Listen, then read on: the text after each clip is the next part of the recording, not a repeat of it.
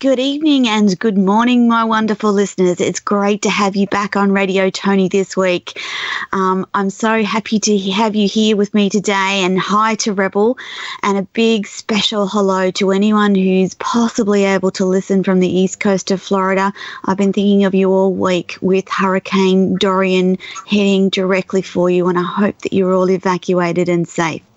So today's show is a little bit different, and instead of me talking, you are going to head straight into talking with our wonderful guest today, Katie. Now, Katie is the founder of Sundali Wellness Coaching Company. And she's got an extensive background in education and supporting students and in coping with anxiety, depression, trauma, and youthful parenting. So this led her to combine that love of teaching with a health science background. And we'll be talking today to her about her philosophy of life, and she wants you to know that you can build the life that you've always wanted, but it's important to learn to love the plateaus in your life, learn to practice patience with yourself, understand that every day will be different and full of opportunity to grow and come closer to the person that you're searching for on your uphill climb. So, our listeners, today I'd like to introduce you to Katie. Good evening, Katie. Good evening, Toni. It is so nice to finally hear your voice. Thank you so much for having me on your show. It's my absolute pleasure, and I know that you have a busy rest of the evening, so we'll get straight on to our talk. So, Katie, so our listeners know you've got an extensive background in education, and particular with adolescents, I understand. And I'm just wondering if you've got some favourite stories on that time before we get on to talking about Sundali. Oh, sure. Oh, my goodness. I have so many favorite stories from teaching. Yeah. I think one of my most favorite stories was after I had been at my most recent school for a year or so, and my students came to me and said, "You know what, Miss? I think that too many of us bully each other. I think that too many of us fall prey to a lot of what happens on social media as far as pressures to do and say certain things." And they actually, through our relationship we developed and conversations we had, decided to come up with a wall of positivity or positive affirmations. And every day they would come into my classroom and write down something wonderful, like "You have a great smile," or "You're awesome," "You're the best." And they would take that Post-it and put it out in the hallway on the wall of affirmation. And all of those were there for other students walking down the hall to maybe grab if one of those spoke to them and they were having a rough day. And it started a district-wide movement. And so that was a really cool experience. That's a really powerful thing to do, because lots of the kids, we don't know what's going on in the background of their life often, do we? And they may be struggling and not saying anything. So your students were able to help each other in that project, were they, Katie? They absolutely were. And you're so right. You know, it took me a while to adjust to that particular learning environment, but learning that, you know, often the most quiet students are the ones who have and are experiencing some of the most profound struggles, you know, and often it would be, you know, them observing and watching me speak with other students until they'd feel comfortable enough to come up and say, "Hey, my parents got in a big fight last night. Dad left, mom left, and I'm just taking care of my little sister now. What do I do?" Wow. So very, very incredible, but such a wonderful place to start with connections and talking with them so much and helping them learn how to, you know, take care of themselves, take care of their siblings, and even some of them who were teen parents, learning how to do everything kind of at the drop of a hat is what really kind of brought my love for wellness and whole wellness into the forefront. And it takes a lot of courage for that age group of young people to ask for help, doesn't it? Oh my goodness, yes. Mostly because, they come from such a space where it's weak to ask for help or weak to appear that you can't, kind of barrel through and take care of you and your own. And for them to learn that it's actually okay to say, hey, I need help so that I can actually be stronger and move forward with more strength for everyone around me and myself. Yeah, yeah. So that leads me to ask about your global educational outreach. Can you tell our listeners about that, Katie? Oh, certainly. Kind of in the midst of all of my at-risk youth education, I was given an opportunity to actually be a tutor. I just thought it would be fun to tutor international students and just experience a little bit more myself, and wound up falling in love with the company. And it was just this beautiful idea of making the connection between American education and allowing international students to experience that. So I was able to travel all throughout the ASEAN countries. Where I would go and meet with other educational institutions, and I would teach lessons and give presentations and connect with other students and give them a small taste of what education was like over here, and then ultimately support their transportation over to the States and house them in a school and get them acclimated to the lifestyle here. That's really an amazing program to be involved with. And I think we forget that so many of the children of the world don't have the same access to education, do they?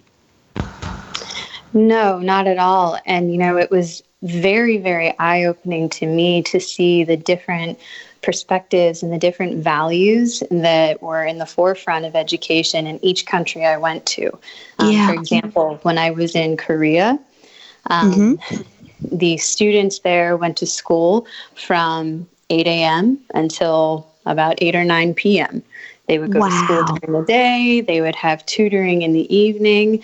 And, being at the top of the class, as it is, in many countries worldwide, but in that particular experience I had, being in the top of the class was number one priority. Whereas other schools that I went to maybe only had a concrete building that actually looks like what to us would be a parking garage. Yes. And their classrooms were housed in the corners. And for me to go in and say, well, when you would come into my classroom, we do science labs and we do these things together and we do fun activities. It was completely eye-opening to them. And it was just beautiful to see them absorb that and then want to experience it for themselves. Yeah. So, Katie, James wants to know why so many hours away from the family. So that's relating to the Korean students' experience. And as a mother, I'm thinking that's a long time to be away from family.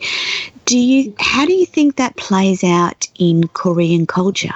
Do you think that amount of education sets them up for a better life? Or what's your experience with that, Katie? So the philosophy that I was able to experience, again, not true, broad brushstroke, but my little tiny microcosm of experience, it was thought that, my children go to school to learn and have everything better and do everything better than I did so that they are able to take care of themselves, their family, and also then provide that security blanket to their parents. So it was seen more as a sacrifice up front for the greater good in the long run.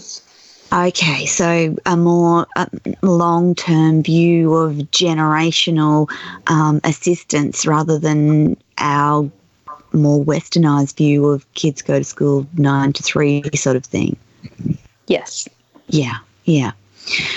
So how far along your educational career did you start to think about your own journey to wellness?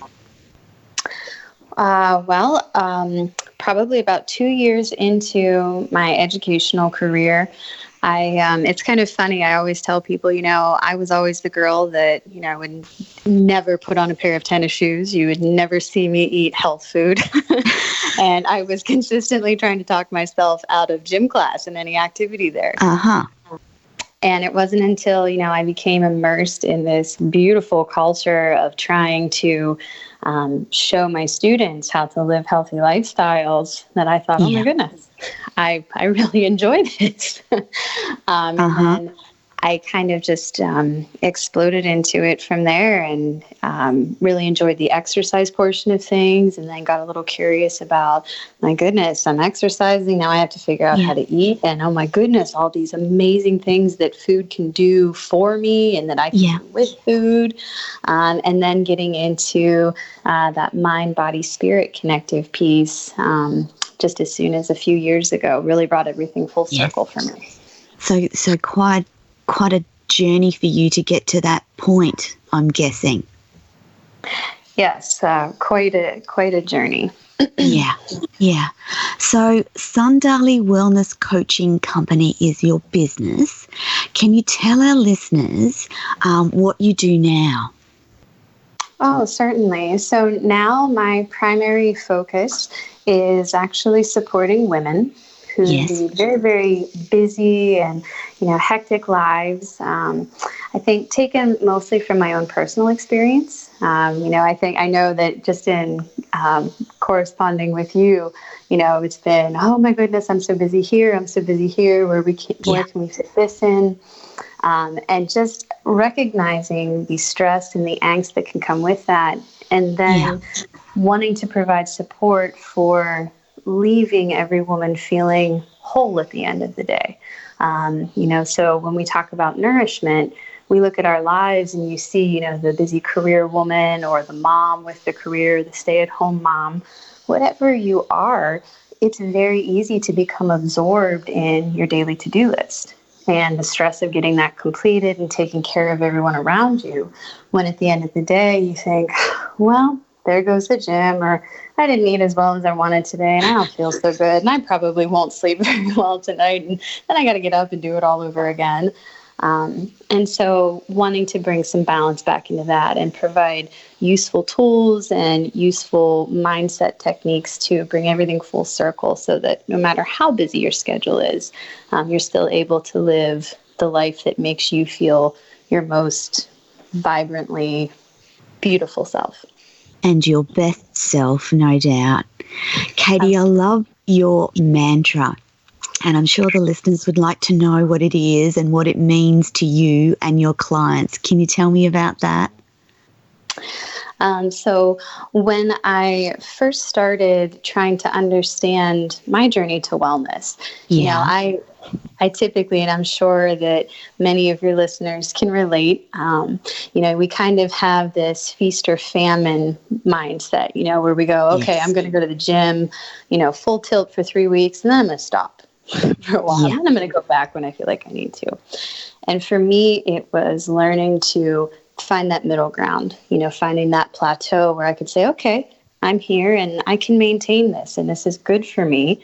And I'm going to get really good at this and really comfortable in this before I up level or move myself to the next plateau of my life or my next challenge or the next thing I want to incorporate in my world.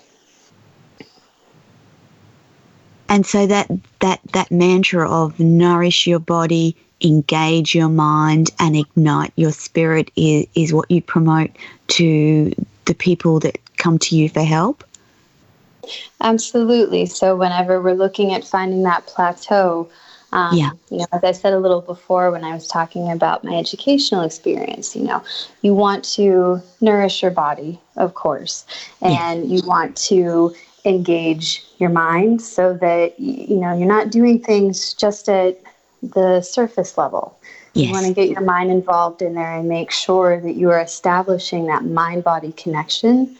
And then when you are able to do that, really aligning all of your energy or your spirit, however you like to view that dynamic, and bringing full-bodied alignment into all of your daily practices. Yeah.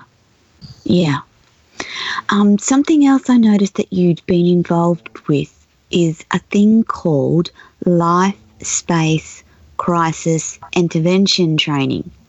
Mm-hmm. What is that, and what does it mean, and how does it benefit people, Katie? So that actually is one of the techniques that we used when I was in education working with my at-risk students. So when they would, come into the building and you could see a visible difference in how a particular student would act. For instance, if they're normally pretty calm and mellow or a little withdrawn and they come in and they're very tightly wound or very agitated.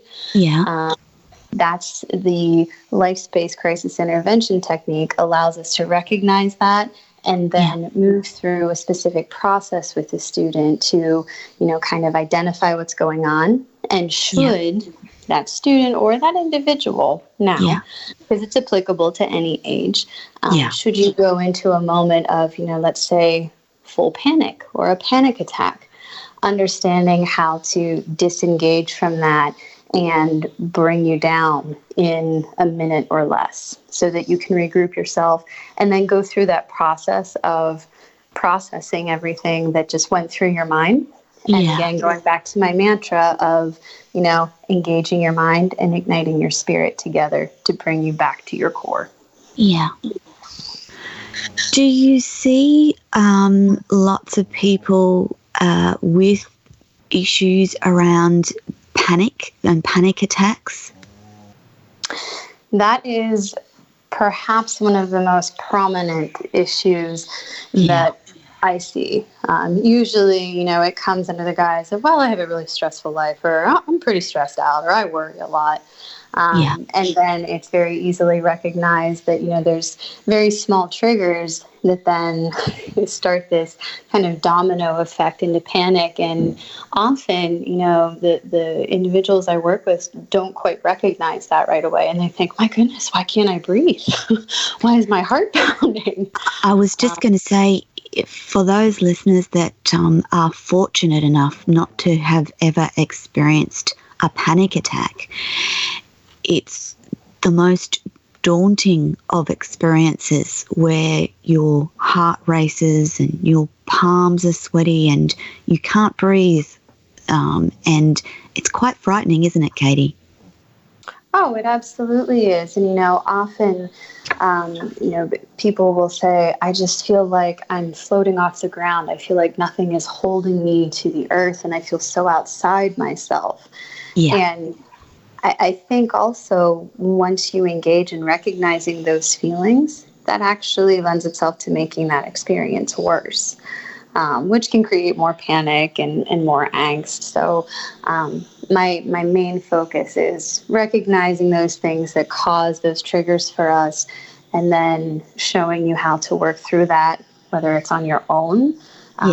Maybe you have a strong accountability partner, your spouse, your partner, a good friend or family member, whatever that looks like, or me sometimes, and then learning how to use those tools to calm that response until eventually it goes away. Which is the ultimate aim, to never have to suffer a panic attack again. Absolutely. Because they're not pleasant from personal experience. So, Katie, I know you also have qualifications in aggressive replacement training. What is ART, aggressive replacement training, and how does that work? So again, that is synonymously used with the life space crisis intervention cycle.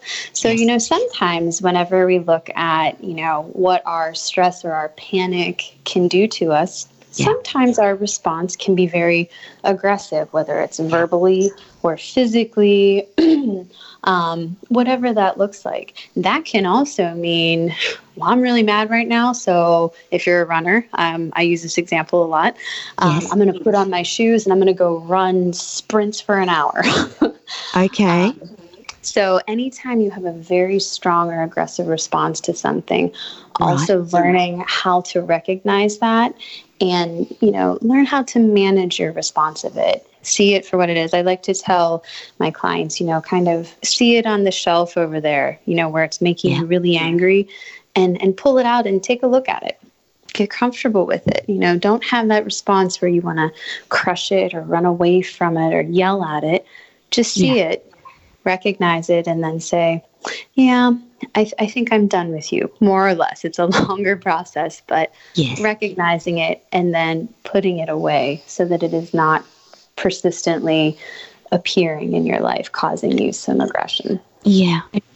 Do you find that exercise, like you just mentioned, sprinting or running, is that one of the things that helps the most, do you think? Or are there other things that you can do when you feel that aggressive or angry feeling coming on? Or do you think that the hard exercise is one of the best things? What do you think, Katie?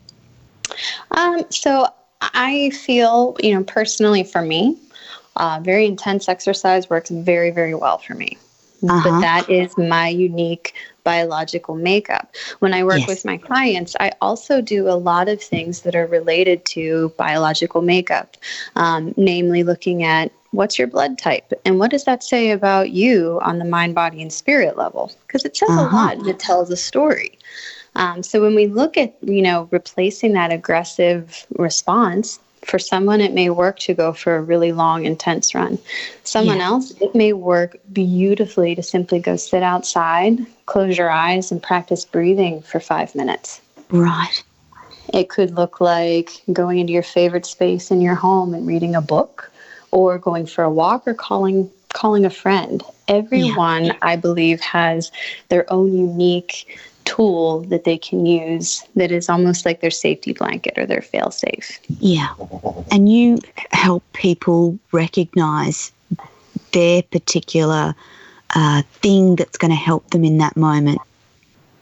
And I think it's interesting, bringing someone to this realization. I think at first it sounds so simple because you think, oh, well, of course, I know what to do when I'm upset. Oftentimes, you really don't. You think you know, and inadvertently, you're doing something that might be making it a bit worse. You might be ignoring, what your mind or what your body is saying. Hey, I really need you to do this instead of what you're about to do. Yeah. Katie, just before you mentioned something about people's individual blood type, do you want to talk a little bit about that? Because that's quite fascinating to me, that our individual blood type may affect us in that way. So your blood types, I actually became very fascinated with this when I was teaching about it one day, and I did a little bit more research into it. One of my students asked me a question. Well, hey, miss, I'm an O blood type, so what are good things for me to do? What should I eat? And, at the time I didn't know much about it. And after learning and taking some courses in it, when we're a type O blood type, you are typically the ancestral blood type. So imagine you as the hunter-gatherer. You're the person that might be more prone to really feel your very best when you are enjoying something like a paleo diet or paleo way of eating. And your exercise level, you do very best whenever you are doing something intense. Right. You are designed for that. If you are more of an A blood type or a B blood type, you're actually much better off. You're a farmer or a nomad. So those are typically the individuals who will say, oh, I'm vegetarian. Oh, I feel best when I'm vegan. And you can keep the running. I'll go for a nice walk with my dog. Or I'd like to do some yoga. Right. That's really fascinating. I've actually never heard it explained like that before. So based on your blood type, you can work out your reactions to stressful situations, your diet, and the best type of exercise that's going to work for you. Am I understanding that correctly, Katie? Yes, you can. And that's just another one of those, kind of unique tools that we have that I think is sometimes underutilized, where you can say, literally, I can rely on my biology and and really learn a lot about myself, and then pair that with my intellect and, see where I truly fall in everything and see what makes me my most expansive self. That's really fascinating, and I'm so glad that you've told us about that today, Katie, because we're all born with different blood types. So there's, let me see if I can get this right, Katie. There's A, B, and O, and then you can get AB, and then there's a negative and positive. And does the negative and positive come into play some way? They can. That I have found has been more nutritional. When you're positive, you may respond better to red meat. For example, I'm an O positive. I feel my very best when I have a nice piece of steak. Okay. But my other half is actually O negative. He does not feel best with steak. He actually feels better with poultry. But we both enjoy the same forms of exercise. Okay. Yeah, that's really fascinating stuff. So, Katie, I want our listeners to be able to find you on the net. So can you tell us your website and how they can get in contact with you? Oh, certainly. I would love to. So my website is Sundali Wellness Coaching Co.com. And so that would be spelled Sundali and then Wellness Coaching Co.com. And you can click on there. I actually have a spot where you can email me. I have all of my other contact information on there as well. That's fantastic. And in the break, listeners, I will make sure I put that Sundali Wellness Coaching Co. Website information up into the chat box. So, Katie, I just want to say thank you for coming on Radio Toni today. It's been lovely chatting to you. And I know that I don't want to keep you too long because you have important things to do this evening. And do you want to tell your listeners what's happening? Sure. I thank you so very much for having me on the show and talking with me. It's been wonderful to finally be able to chat with you some more. And for everyone listening, my other half and I actually just closed on our first home together, and we are in the process of starting to move everything in and get situated. And I'm actually sitting in the middle of what will be my new office talking to all of you. So this is a very special night, and I'm so glad that I was able to share it with all of you. I agree, Katie. That's a wonderful point in people's lives when they get to the point where they can move in and / have their own home. It's a very special thing, and you get to decorate and move and have things particularly how you like, and it becomes your space and your safe space to go to. So I'm actually really excited that you shared that with me. But listeners, that's why I have to get Katie off the air as quick as I can this morning so she can go and do all the things that are necessary for her moving into her new house. So I'm going to pop up Katie's website in our break when we get to it. And I'm going to let Katie go a bit early. So thank you for joining us today on Radio Toni, Katie, and all the best with the new house. And thank you so much. Oh, and thank you so very much, and all the best to you and all of you who are listening. Okay, bye-bye, Katie. Bye-bye. So, listeners, I just thought I'd update you on the latest on in Australia, they're cyclones. In the US, they're hurricanes. And the latest seems to be that Hurricane Dorian is heading up the coast of Florida. There's been extensive and horrible damage in the Bahamas, and I believe that there have been approximately 23 deaths already. So know that there's probably not a lot of you listening from Florida today, but I just wanted everyone to be conscious that this massive weather event continues to cause havoc up the east coast of America, and that they will need a lot of help to get through the impacts of this storm. I know some parts of Florida haven't had much of an impact, but I believe that going up into the Carolinas, there's already flooding and devastation caused by this massive system. And I just want you all to know that we're thinking of you and praying that you will be safe from harm. And so before I go to the break, I would really like to introduce our next guest, and we will talk to her after the break.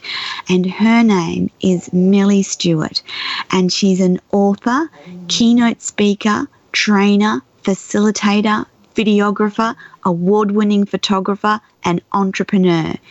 And her most amazing accomplishment is she is the founder of the Courage 1000 Project, and it's a web TV show telling people's stories.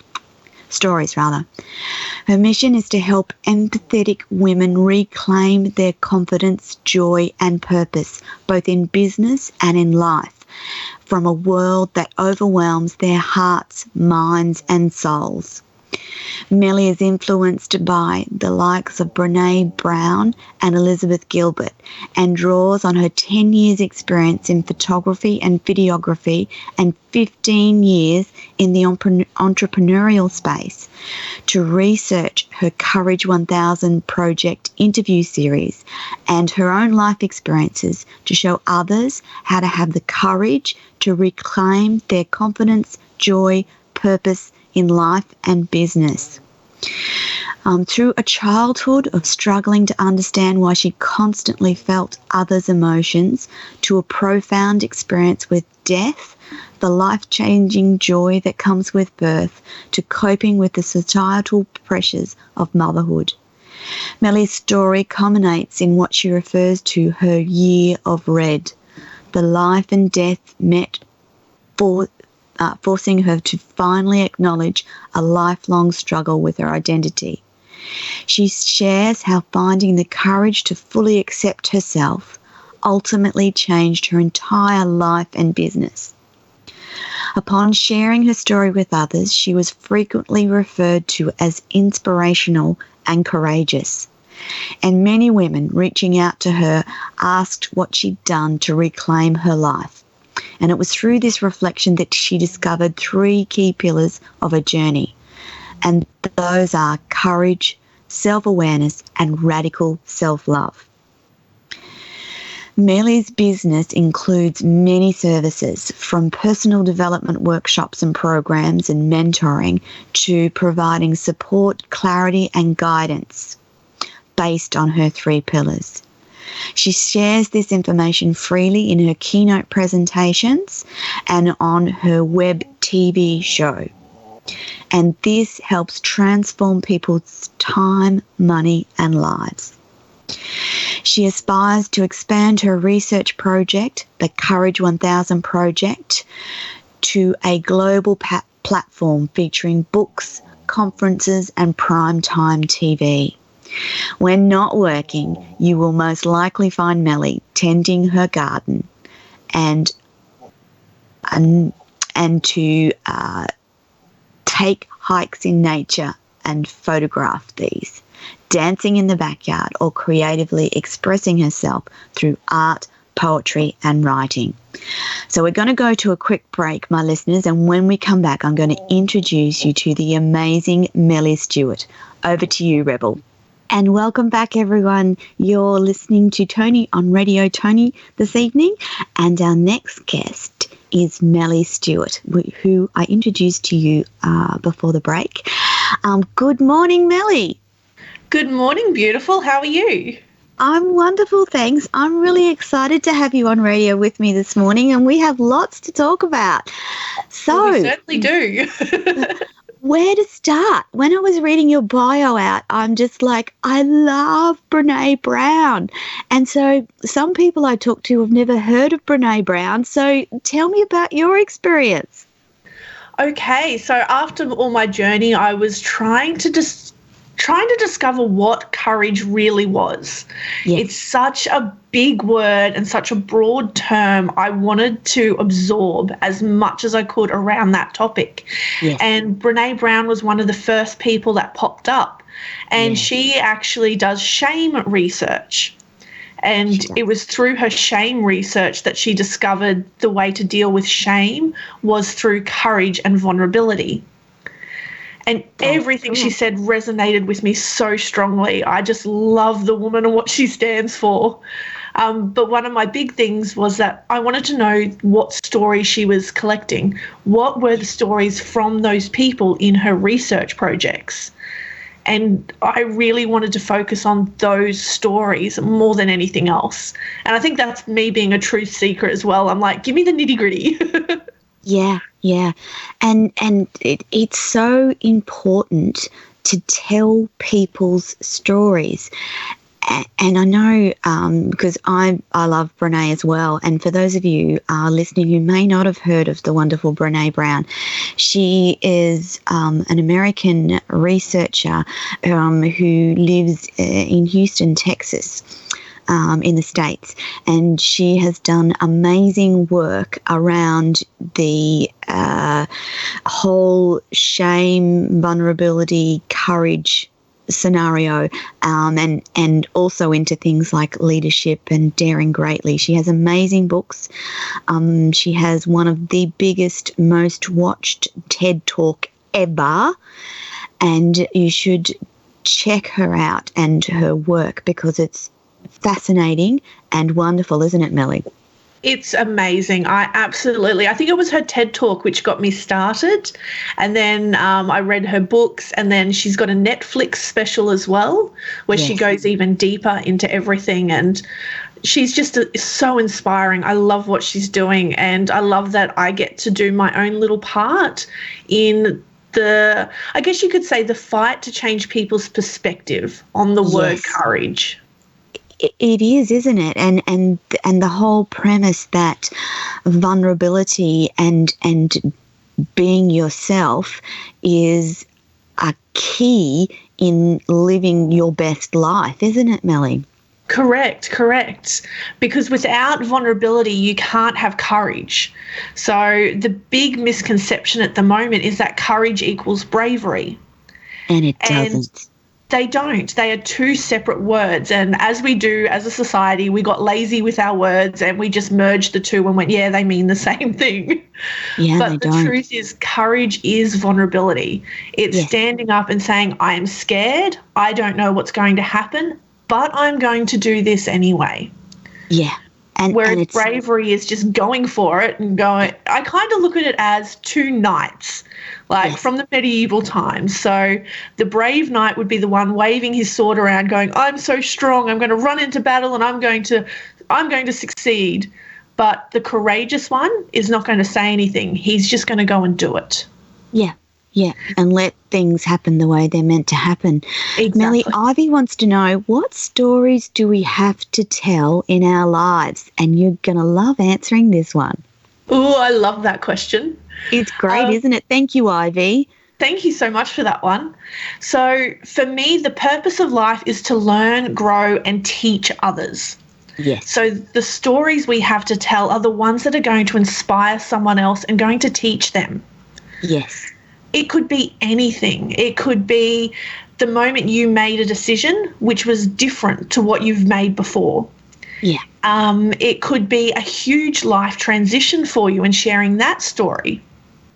It really depends on who you're speaking to at that time and what they need to hear. And I think a lot of that comes from faith as well and our empathic nature.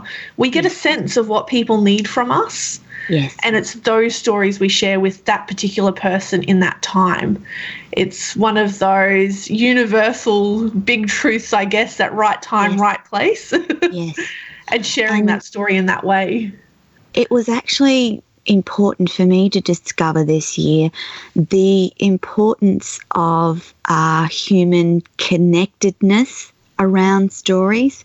So, Ivy, if you're thinking about stories, and I'll relate it back to some of the ancient tribes, and Melly, you can add to this as well. Ancient tribes the elders told stories to their young people, and that's how their young people and children grew and developed their personalities, and it was a big part of cultures. And as we've headed into modern day society, we've stopped telling stories. I know my grandpa used to tell me stories of his growing up, and somewhere along the line I actually stopped telling those stories to my children. Is that your experience, Melly? Very, very much so. Coming from that photography and videography background, yes, I had a lot of clients coming in who wanted the commercial stuff. So I'm here to sell my products. What do I need to do? But if you look at social media, which is our main form of communication these days, it's all a giant sales pitch. Yes. Where is the human connection? Yes. To me, it's become we've socially disconnected ourselves because we are constantly selling to each other. Oh, I hear you. So if we bring it back to the stories and say, look, I have a story to tell. I am human. Yes, I have something to sell, but that's irrelevant. I have a story to tell which could change your life. If we connect, then let's go down this route and discuss this later. That's correct. Yeah. My big thing is that we've all kind of approached it from the wrong angle, which does come from a desperation. Business isn't working as strongly or as fastly as we want it to, so we get scared and then we hide ourselves. Yep. Because standing up to share our stories, it is a very vulnerable thing to do. It's laying everything on the table and saying, this is who I am. And if you don't like it, well, I have to accept that. Yeah. It's a very vulnerable thing to do. And we tend as humans to judge other humans on their stories. And we need to not do that, because everyone's life journey is different. Everyone has a different story, and that doesn't make one person better from another person. You're just different. Yeah. And do you know where that judgment comes from? Where does it come from, Melly? It comes from our own fears. Yeah. It certainly does. So when we hear someone else's story and we start judging them, it means that their story has triggered something inside of us that we don't want to face in ourselves. So instead of facing that feeling within us, we just block it and go, I'm going to judge you so I don't have to look at myself. Yeah. So, and I find that a powerful thing to do in my own life. If I find myself judging or being critical of someone, I've now taught myself to step back, take a deep breath and go, what's going on? Yep. Why am I thinking badly about this person? What's going on for me? Do you do that too, Melly? I ask myself two questions. Yes. What am I meant to learn from this? Yeah. And what am I meant to teach as a result? Yeah. That's two powerful questions. What am I supposed to learn? And they're very easy to remember. Yes. Yeah. That's actually great. Great advice. I'm particularly passionate about people not judging each other. Lots because I've been through a similar story to what you have, Melly, and I have struggled with my own identity and not shown up as me and who I'm meant to be because I was scared of what people would say. Yeah. And now I no longer care's not the right word, is it, Melly? It's not that I don't care what people say, it's that it no longer impacts on me like it used to. Yeah, you're empowered enough within yourself and confident enough in who you are that their beliefs, their perception of you doesn't affect your state of mind or affect that self-belief that you have. And it takes a little bit to get to that spot, but once you're in it, you live your life as a purely empowered woman. Nothing can affect you. I was going to say it took me a very long time to get to that point, and I still have moments where I slip back and think, oh gosh, that was bad, or that was. But for the most part, I'm not that person anymore. And if you don't like what I do, say, or how I run my life, that's nothing to do with me. That wonderful saying of it's none of your business what other people think of you. Exactly, yeah. And every time you come back to that moment where you do falter just that little bit, yes, you come back to that, what am I meant to learn in this moment? Yes. And sometimes the lesson is that, oh, I've actually come a long way, and instead of falling into this deep, dark hole, I've recognized it, I've moved on, and I've gotten past it in 10 minutes. Yes, yes, rather than the days or weeks that it used to hold me down for. I'm not sure if you're the same, Melly, but yes, that horrible feeling of shame and guilt and horribleness because you've done something or said something that someone else has judged you on. Yes. And now it's just like water off a duck's back, really. Yeah. And I think a lot of women live their lives, their entire lives, in that space. Yeah. And then we numb ourselves so much because it hurts our hearts. Yes. To the point where we don't even realize we're doing it anymore. That's right. We and probably good to talk about numbing if you'd like to, Melly, and what numbing means for people.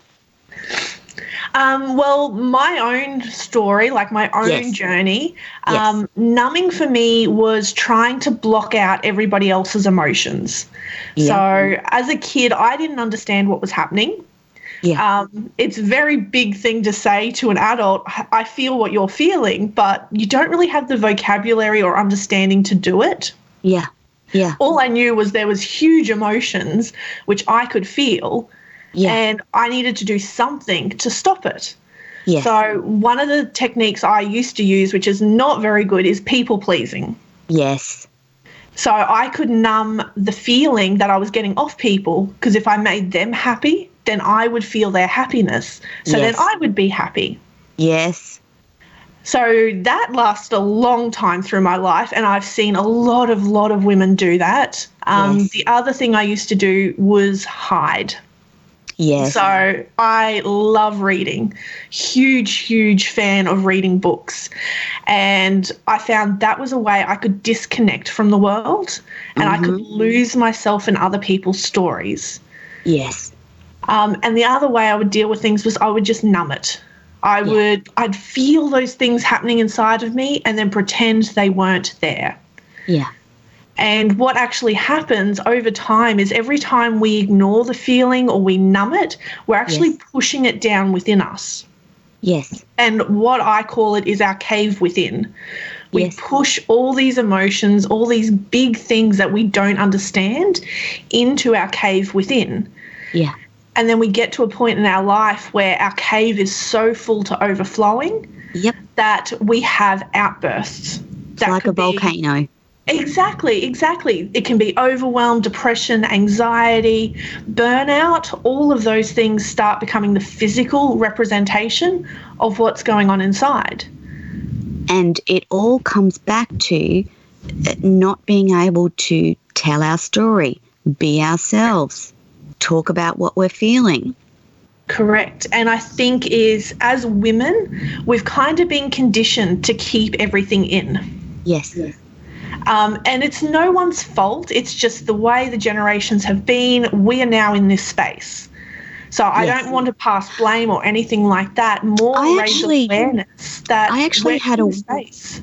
I actually had a wonderful conversation recently with someone who related that stiff upper lip or keep going no matter what kind of to a generation born out of World War I and II, where the women had to essentially take over lots of roles that men traditionally performed, and they became the sole provider for the family, and they perpetuated that stiff upper lip, got to keep going, I'm okay, and it's passed down generation to generation. So I thought that was interesting, but I also think that it's kind of rife within our society today, wouldn't you think, Melly?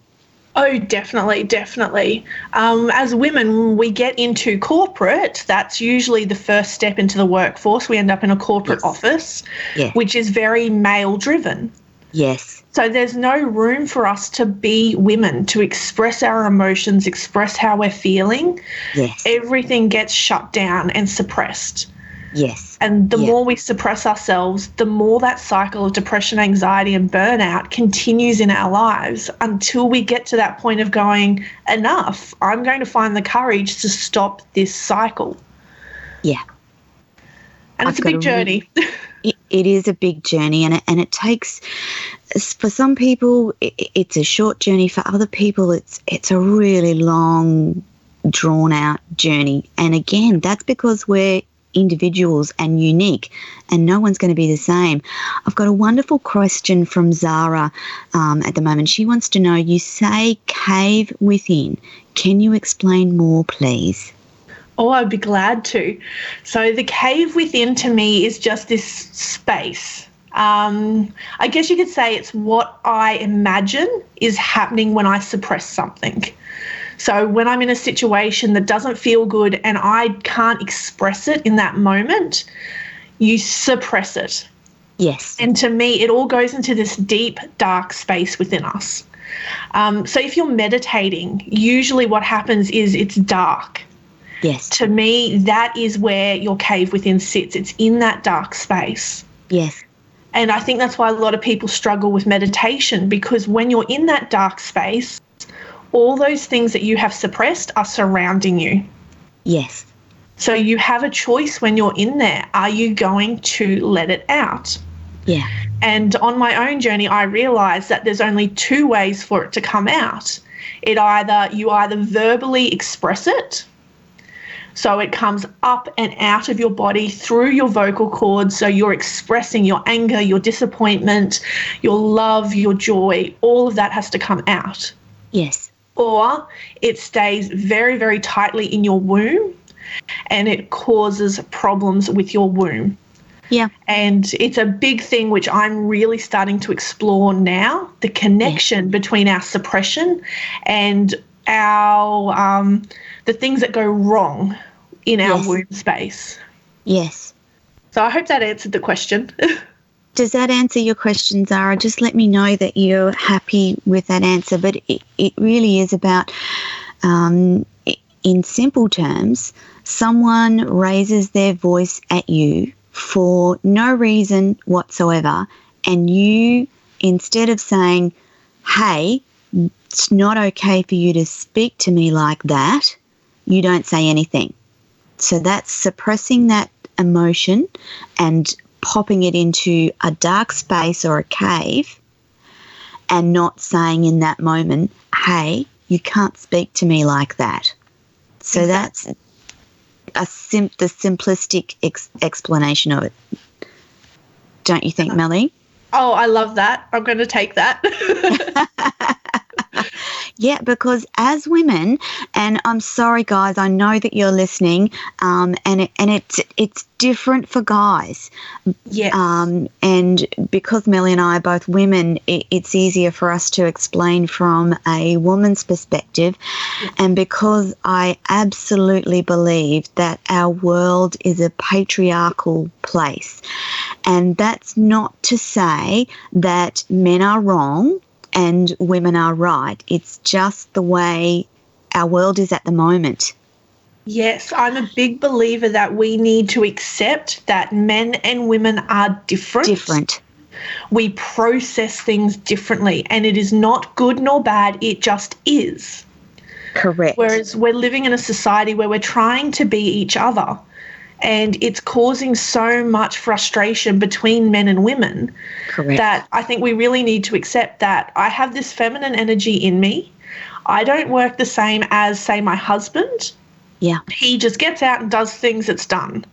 Yeah. For me, it has to be creative. It has to be joyful, or I cannot do it. Yeah. And it's accepting that we're different, and that's okay. Yeah. And I think that's something that's not really spoken about enough in society today. I would absolutely agree. I believe men and women are very much equal, but we are completely different. And the ways of everyday life for us are completely different. And for thousands of years almost, women have been put in a place where they're not allowed to do what they do best. Women are creators, are they not, Melly? Correct. Our core feminine essence is creativity and nurturing. Yes. So because we're mothers. Exactly. But the funny thing is, in today's society, motherhood is actually a masculine task. So that is where I feel a lot of our disconnection and our identity is being lost in the motherhood phase. Uh-huh. Yeah, it's quite interesting when you dive into it, because we've got these two energies within us. Yes. And I find if you say masculine and feminine, people get a little off-put by it. Yes. So what I do love those descriptions, though. I like masculine and feminine. Yeah. Personally, I like it, but I found when I say the action taker and the nurturer, people seem to connect with that. They're like, there's times in my life when I'm an action taker and I just see the list, I get it done. That's when you're in your masculine energy. Yes. And there's other times when you're the nurturer, the creativity. That is your feminine essence. Yes. Yes. So if you look at motherhood in today's society, it's all action-based. Get the kids up, get them to playgroup, get them over to here, sort the meal plans out for the week, pick the kids up from school. It's all about action and sticking to this schedule. Yeah, you're right. Which is not our core essence. Uh-huh. So it's no wonder we're getting stuck in these cycles of depression and anxiety. It's all interlinked with suppressing who we truly are as women.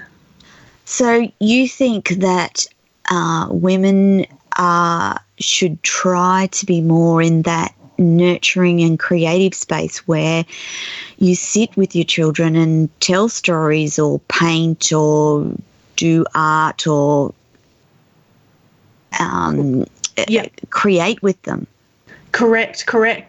The feminine essence is flow. More than anything else, we go with the flow. Yes.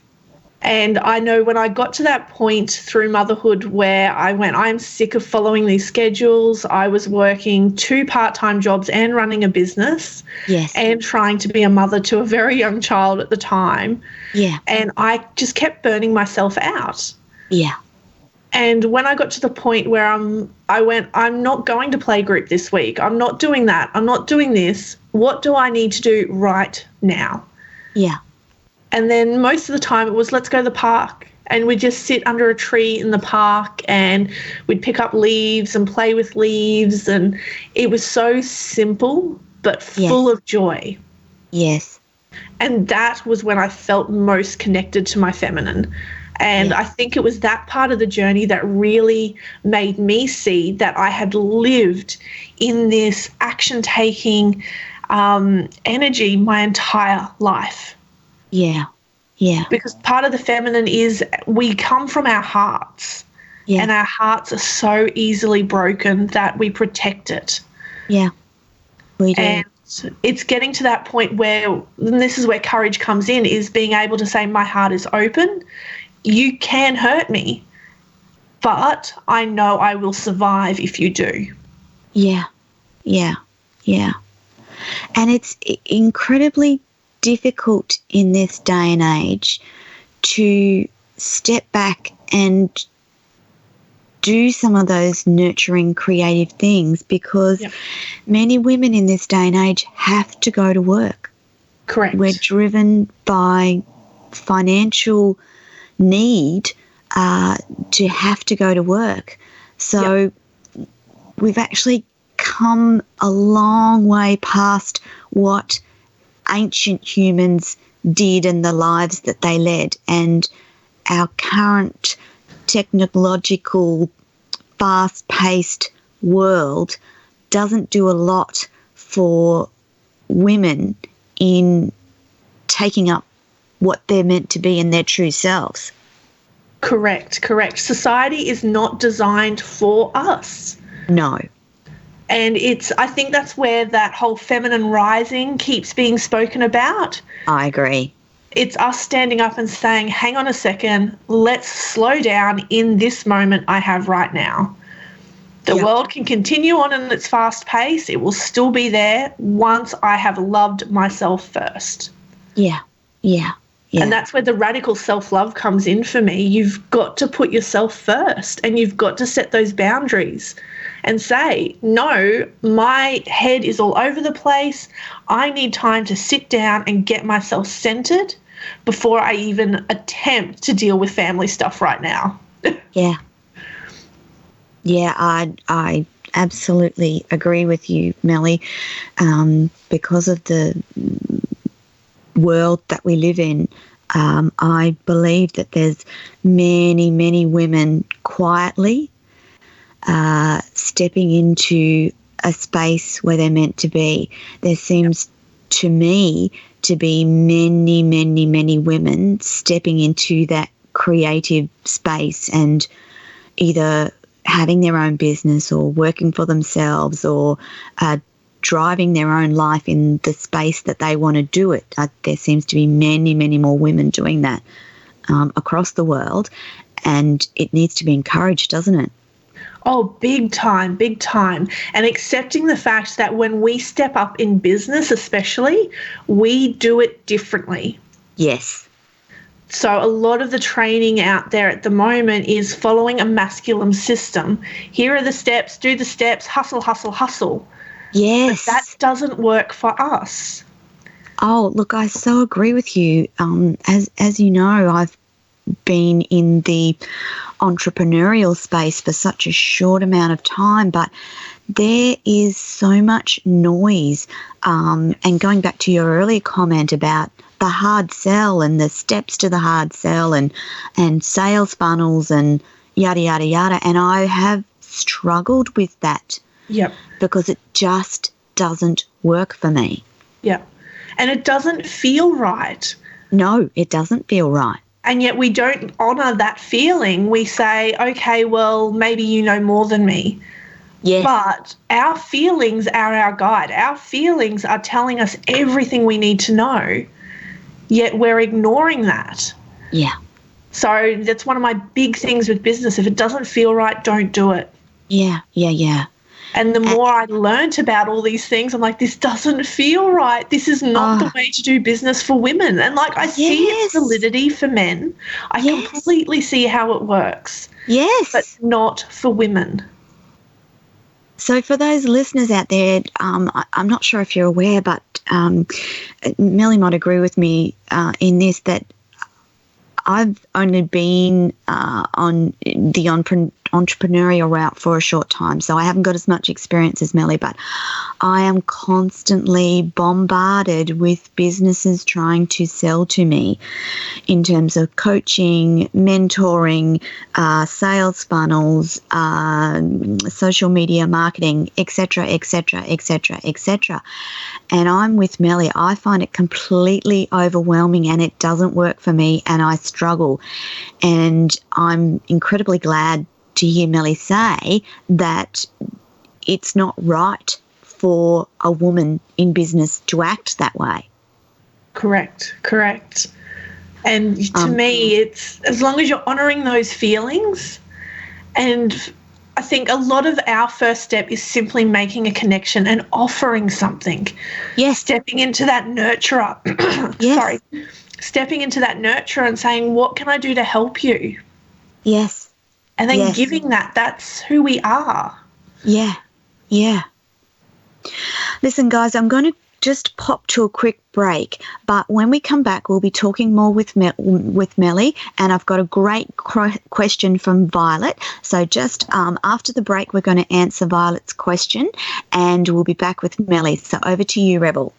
Welcome back, everyone. You're listening to Toni Lontis on Radio Toni this evening, and my guest today is Melly Stewart. And before we went to the break, we had a wonderful question from Violet, and this is for you, Melly. What brought you to be an entrepreneur? Maybe fate. Great answer. Even though I was a very sensitive child, I am also very headstrong, very stubborn. I have all the traits of an Aries through and through. Yeah. So I think it was just inevitable that business is where I'm meant to be, because this is where I can make the greatest impact in the world. Yeah. And if I go back further, we used to do markets with my dad every Sunday selling LPs and records. All right. So it's kind of in my blood to just do business stuff. I enjoy the challenge of it. So I think it was inevitable that I would end up here. Uh-huh. So as a child, you went to the markets, and then let's talk about your journey. So markets as a child, and then where did that lead to? So I've always had an interest. I'm a very curious person. Yes. So whenever something sparked my interest, I would go after it and I would absorb whatever I could about it. And I think that thirst for knowledge has never left me. Yeah. So I originally got into accounting, of all things. Oh, really? But I found it suffocating. There's so many rules, so many regulations, and there's plenty of learning, but there's no creativity in it. Right, yes. So after my time in corporate, I couldn't do it anymore. And I had clients who would come in and look at me and go, "Why are you here? You're too happy." And after a while, I actually listened to them. I see. So you actually started in the corporate world doing accounting. Yes. So I have that corporate background, so I exactly know what corporate women are going through when it comes to that suppression in the workforce. Okay, yes. And I just had this need to break free. Okay. But at the same time, that creativity and that challenge, it all had to be intermixed into it. And that's where the business side came in. That was where I could have the biggest challenge. And I was doing MLM and party plan for years while I was working in the corporate space because it gave me that little taste. Yeah. And then when I decided to step out on my own, I was like, I'm never going back. I can't go back. Yeah. So your corporate world, did that lead straight into the photography and videography? I was doing the photography on the weekends. Okay, gotcha. It was something that I just really, really enjoy. Nature photography is where my heart truly lies. Yes. But as I said, I had that business calling in me. So, and I think having a young family at the time, I was really drawn to the flexibility of being able to work around my family. Yeah. And I started taking photos of child and family photography stuff. Yeah. And I absolutely enjoyed it, but I got to a point where I wasn't doing enough. Yes. I was so attracted, like all these mums were coming in and I was hearing the same stories over and over again. Yeah. And I'm like, I can help you, but there's only so much I can do in this space. Yeah. So it progressed then into business stuff. I was helping these mums build their businesses. Yes. And it naturally progressed into videography. Yeah. So I was helping them get their message out into the world. Yeah. But I came up against the same block again. They'd stand in front of the camera and I could see everything that was happening, all the walls they were putting up to protect themselves before they spoke. Yes. But there's only so much, once again, you can do. Yeah. When you've got them in front of the camera, you've got 2 hours to get so much out of them. I don't have time then to dive deep into what happened in your childhood. Why are you stopping yourself from speaking your truth now? Yes, yes. And it's naturally progressed from there. And I got to a point where I knew something had to change, but I didn't know what. Yeah. And as we were talking about journeys earlier and how sometimes they go on forever. Yes. Well, I made the big, brave decision. I don't think I was really thinking when I did it, but I said to the universe, I can feel something's changing. I don't know what it is. Just bring it on. Let's get this over and done with. Yeah. And the universe gave me exactly what I wanted. Yeah, as it does. Exactly. So I'm very fortunate that my journey to coming back to myself only happened in 12 months. Yeah. So I'm very fortunate now that I can look back and go, wow, my life has completely changed in 12 months. Yeah. But I don't recommend making that statement to the universe because it was hell to get through. As all good journeys are. Exactly. So is that the point that led you to the Courage 1000 project? Yes. After I'd gone through my journey, after I'd gone through all these emotions and finally cleaning out that cave within and letting them out however they needed to come out, I was dealing with the physical symptoms that go with that, which is where I call it my year of red. Yes. So that was a lot of womb issues. It was hard because it started with a miscarriage. Yeah. But I can look back on it now and I can see that that was the start of it. Yeah. I wasn't willing to open my heart, and having that child within me and then losing it, it opened my heart at the same time as having to go deep. Yeah. So once I was deep, it was like, well, you're here, you're in your cave. What are you going to do now? Are you going to ignore the mess you've made and left inside of yourself, or are you going to clean it up? Yeah. So I spent 12 months in the backyard screaming and stomping and crying. Yeah. But I found that anger was a huge part within me. Yeah. And it's something as women we are never allowed to express. Yeah. So when I got to the point of letting that anger out, I felt free. I felt like I had finally unraveled everything that I had absorbed through my life. Yes. But then there's this empty space of what now? Yeah. And I just kept getting the word courage coming into my head over and over again. Yes. And that's where the Courage 1000 project started. It just started from this word over and over again. I'm like, well, I love collecting stories. I want to hear if anyone else has been through a similar journey to me. Yeah. What does courage mean to them? I had my own preconceived notions, but I wanted more information. That perpetual information seeker in me really stood up. Yeah. And, I started collecting stories of courage and met so many amazing people such as yourself on that journey, and really discovered my own truths when it came to courage and how that element is vital to taking those steps to reclaim your life and then living your truth. Yes. I want to talk more about the Courage 1000 project, but before we do, Ivy wants to know, how long did it take you to get where you are today? That's a good question. It is a very good one. So I don't believe there's ever such a thing as overnight success. No. Because everything in your life has to get you to where you are now. Yes. So really, it has been a lifetime to get to here. Yeah. It's a lifetime of all those little moments at the right time, at the right place to teach me that particular lesson. Yeah. And even the lessons that I chose to turn away from, there was a learning in that itself that I didn't have the courage to face that lesson at that time. Yeah.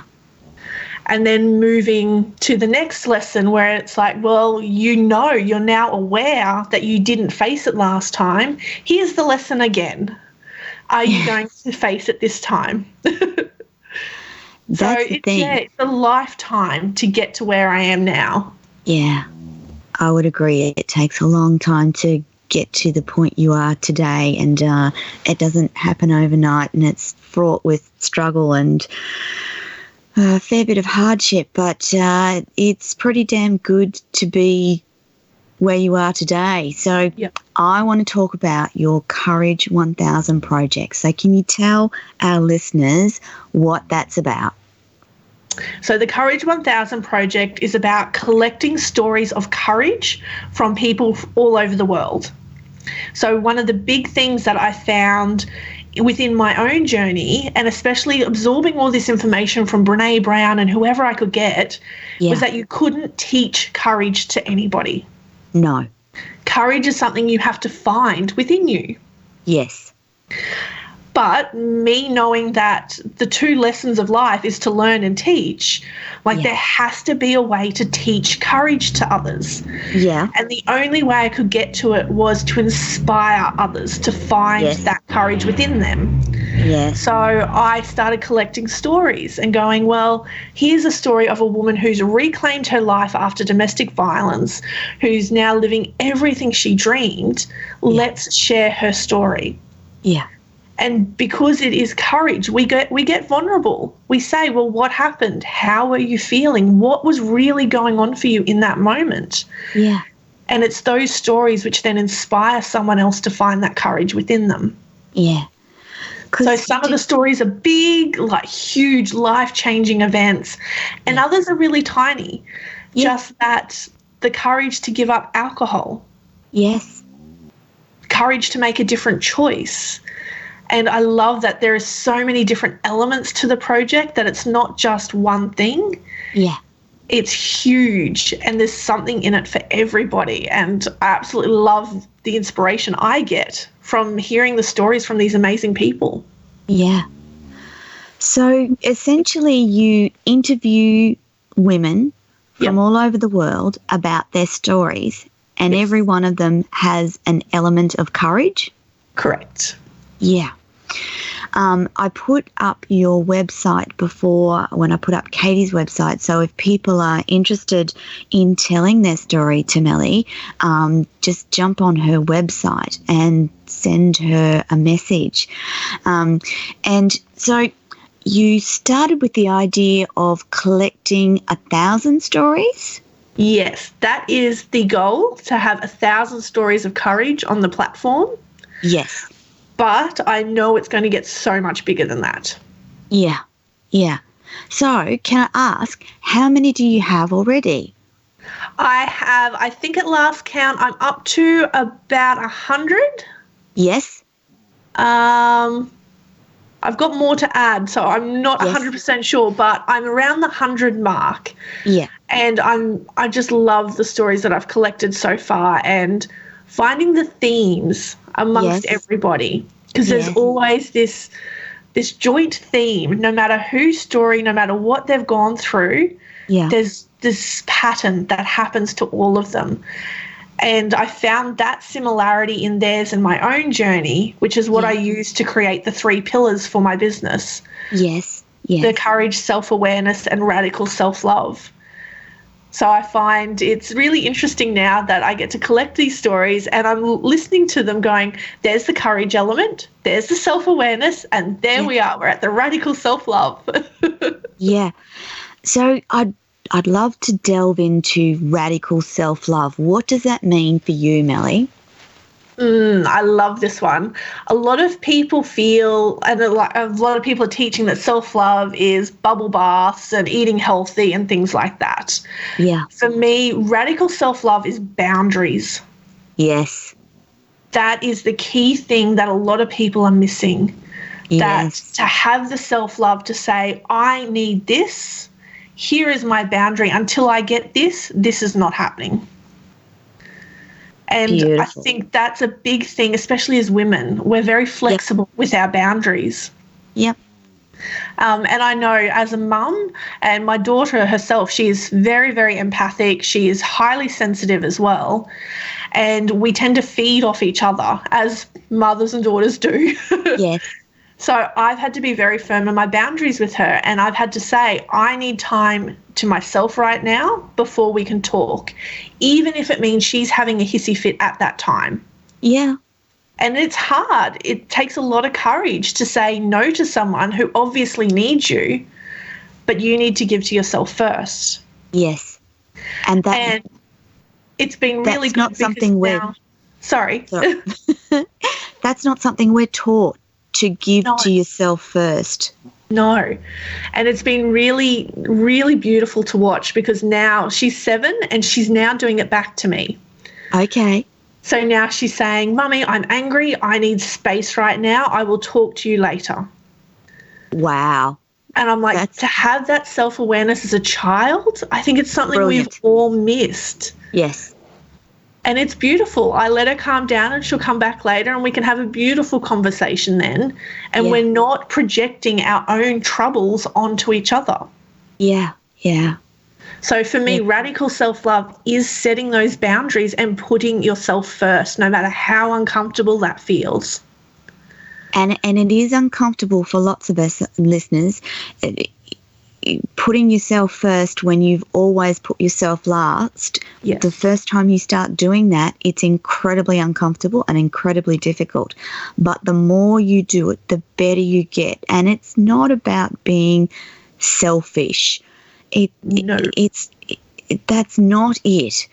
It's about being yourself, to the point that if you're your best self, you can give others from a good place rather than a bad place. Correct. And I think we've spent so long giving from an empty vessel. Yes. That when we do finally fill ourselves up and then be able to give from that place of full, it's a very weird feeling, but it becomes addictive. It just feels so natural, so amazing, that you seek it out again and again and again. And yes, sometimes it means having a bubble bath, but for the most part, it's saying to the family, I need time to myself and I'm going to do that through a bubble bath. But it's setting that boundary, I need time to myself right now. And it's also about saying no to some things. So it's saying no to invitations to a barbecue when you know you probably need to take some time out to recoup after a heavy week. It's the saying no to a cup of coffee from someone you haven't heard from a long time, but you know that you have something else that you need to do to keep yourself filled up. Yes, yeah. And it's where our feelings are leading us again. So one of the big things, especially being the entrepreneurial space, is I do networking events. Yes. So sometimes I'll get that feeling that don't go. Yes. And I used to ignore it and I'd go anyway. Yes. And then I would get there and I'd meet someone and they would drain me. Yes. We all know the energy vampires. Yes. And I knew that was going to happen on some level, but I ignored it. Yeah. So now I've gotten really good going, what is my feelings telling me in this moment? Yeah. Where is my boundary because of my feelings? Yeah. And it is scary to set those sometimes and say, especially saying no or ouch. Yeah. I find that's a big thing. When someone says something not necessarily mean but it triggers us in a little way. Yeah. How many of us look at our friends and go, ouch, that hurt? Wow, that's a good point. I like that a lot. We don't do it. We just suppress it. We don't. Oh, I think I'm going to try that one.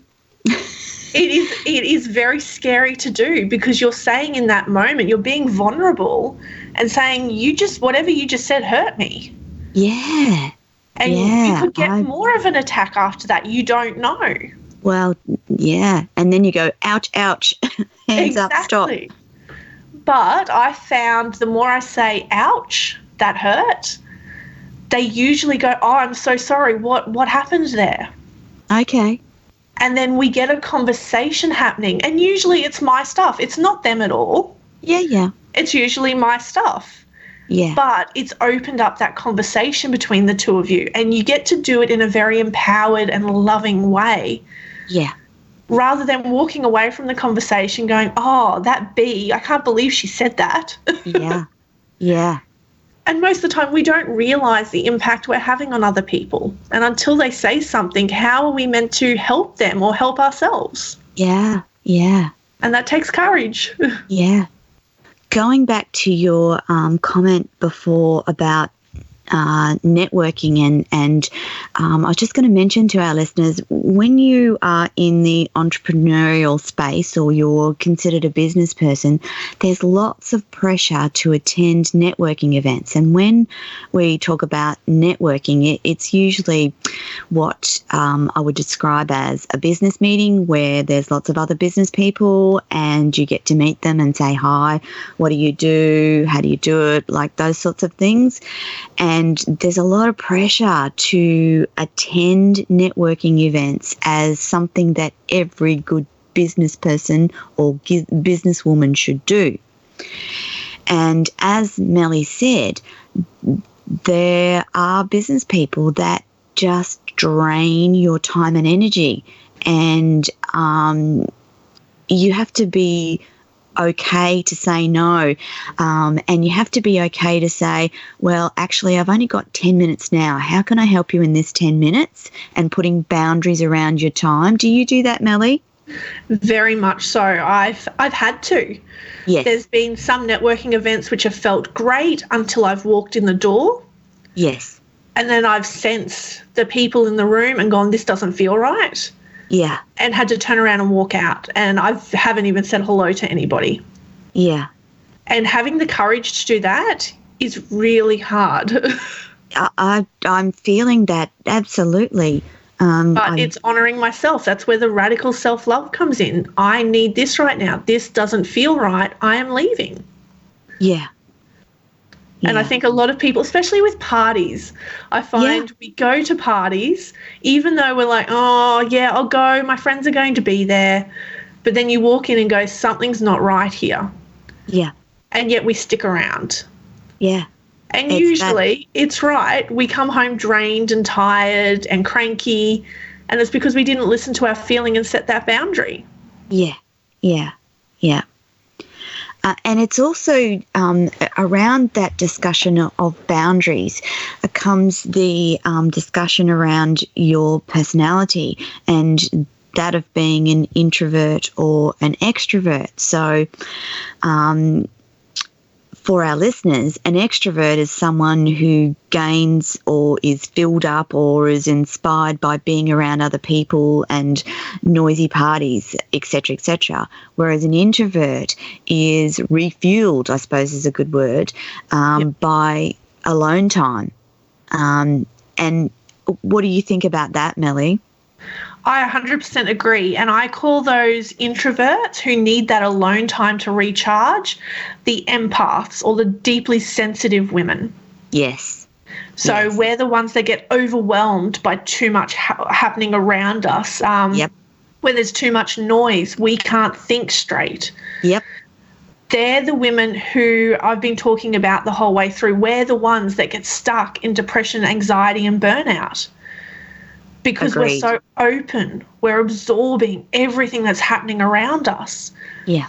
And it's a lot harder for us to set those boundaries because an extrovert can quite easily turn to someone and go, hey, you're ticking me off right now, go away. Yeah, it's exactly what I was thinking, exactly when you said that. I'm like, so extroverts just have that much clearer, easily able to set the boundaries, whereas because I'm an introvert, so I know it's very hard for me to say no. It's very hard for me to set boundaries. I'm getting better at it, but I'm not great at it in saying no and taking time out.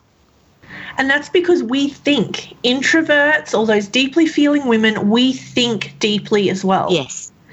Whereas extroverts, I love them. I can be one myself. We don't. They don't think. They just say.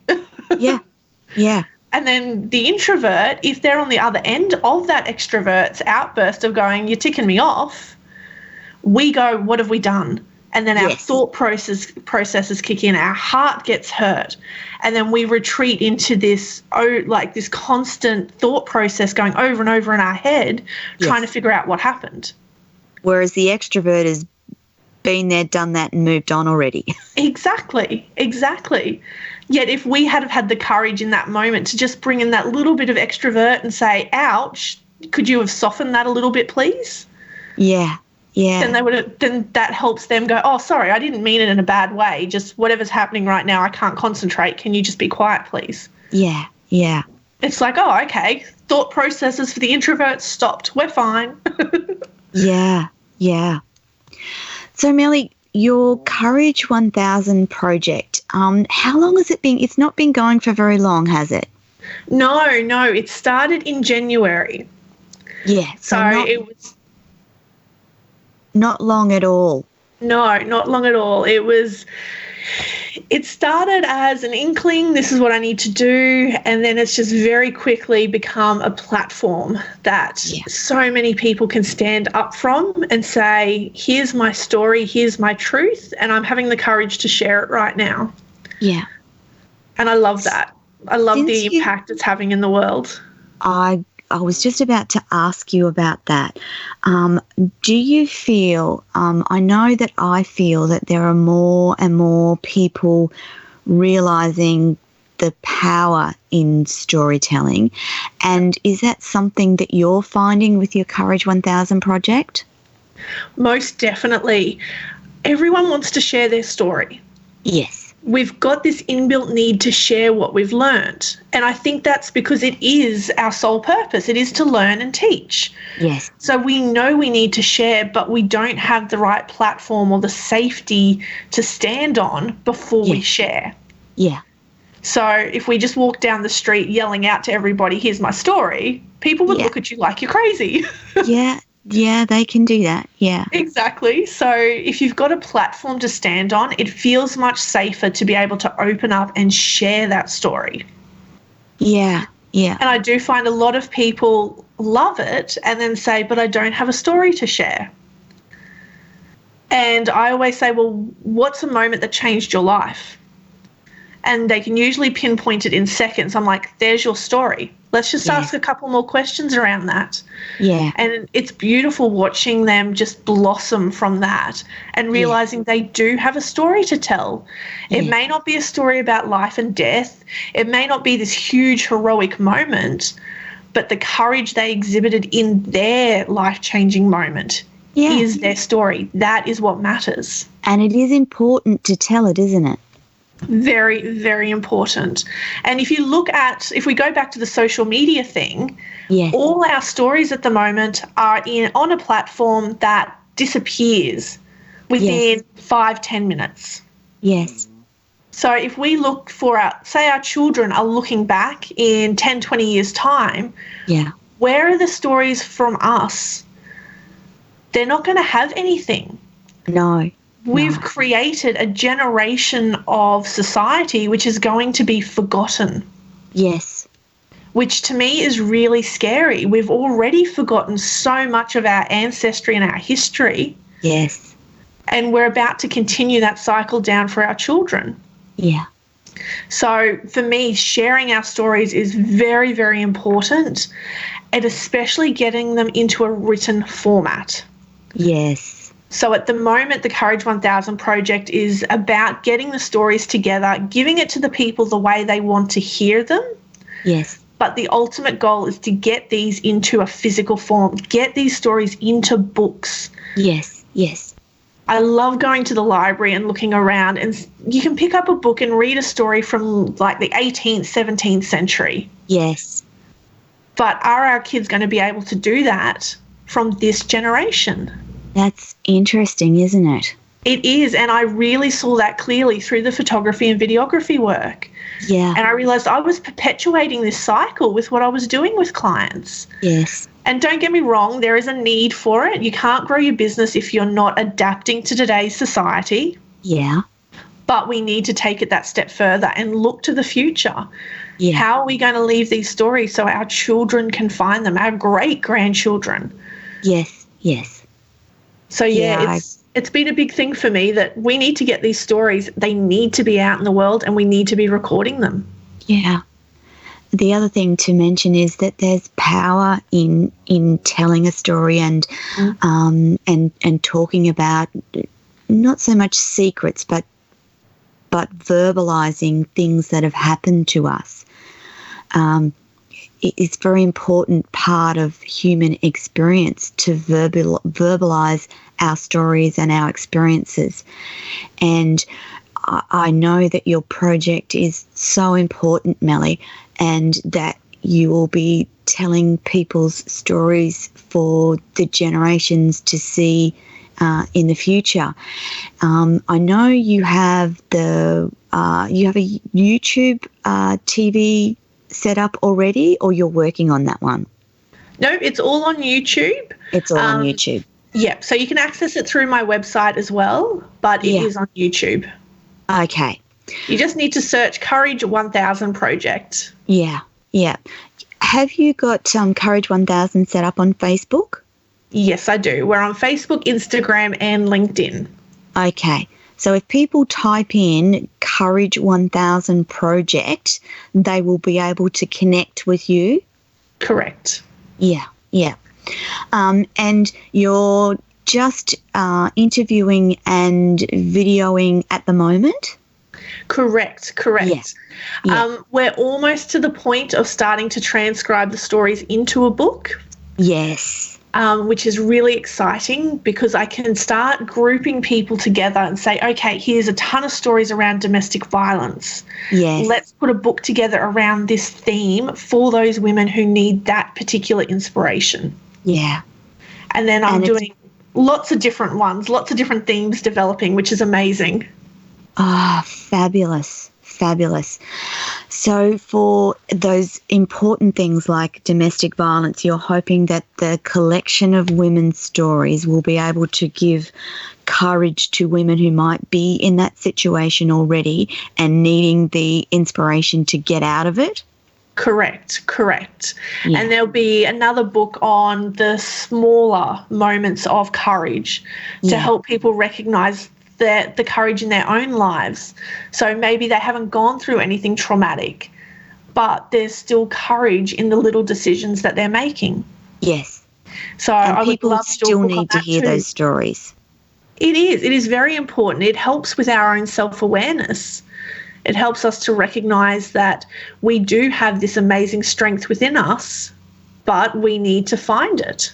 Yeah, we really do have amazing things inside our own selves. We have amazing abilities to cope, to be courageous, to be vulnerable, and sometimes it's just about learning what that means for you as an individual. Correct. And that's what the project is all about. It's having the courage to go on that journey and find it from within yourself. Yeah. So we are fast running out of time, Melly, and we have talked completely through the next segment, which is perfectly fine. But for our listeners, don't forget, jump onto Melly's website, which is Mellys, MELLYS.com.au, where you'll be able to find out all about Melly's Courage 1000 project. And it also talks about, you also do coaching and mentoring as well, don't you, Melly? Correct. Yeah. So I stepped past the camera and went, okay, let's get these people's lives sorted before we even get you in front of the camera. So that way you are sharing your story from a place of truth and authenticity and with pureness. Yes. So that's the other side of what Melly does. And obviously you've heard before, she is an amazing photographer and videographer. It's about 15 years you've got experience in photography and videography, haven't you, Melly? 10 years in that and 15 years in the business space. Okay, gotcha, right. Close enough. Yeah. So Melly has lots of experience in lots of things and can help you in a whole number of ways. So I encourage you today to connect with Melly and her Courage 1000 project. She wants to hear from women all over the world, not just Australia, and it's an incredibly important project that Melly does. So please jump online, give her a shout out, talk to her. She would love to hear you.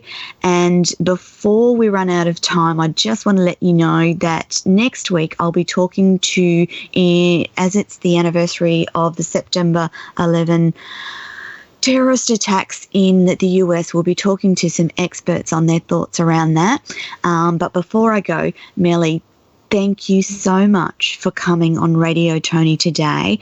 It's been pure enjoyment speaking to you. You've made my job effortless today, and I really hope our listeners will jump on and talk to you about your Courage 1000 project. And I'm sure that you and I will be talking again soon about lots of other things. Thank you for coming on today, Melly. I greatly appreciate it. Thank you so much for having me. It has been an absolute pleasure. Okay, Melly, thanks.